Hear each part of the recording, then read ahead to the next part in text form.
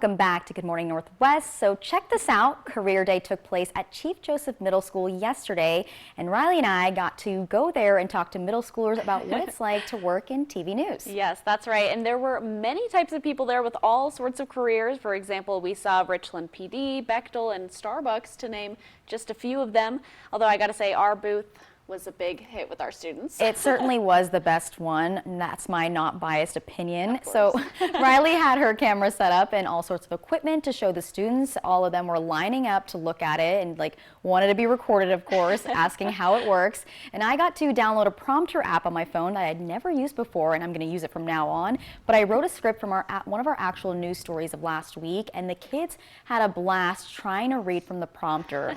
We got to answer all sorts of questions. One of the main questions was, how do we wake up so early? And that's a great question, which honestly, we still don't have an answer to. We still don't know. I don't even know how I do it.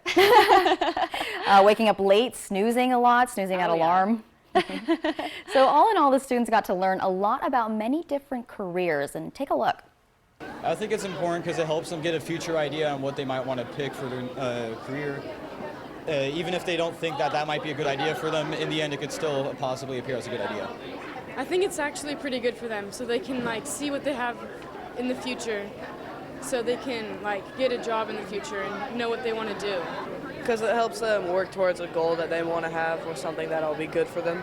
So you can, just find what you're gonna do when you're older. Just to get them ready for life, to know what they have to do.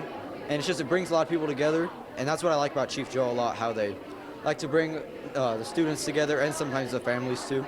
Because it teaches them a lot more just about different jobs that they may not have heard about and they could be really interested in. Because they can think about it in their future. I mean, middle school is to prepare us for high school, and high school is where we're going to prepare for when we actually go find our jobs.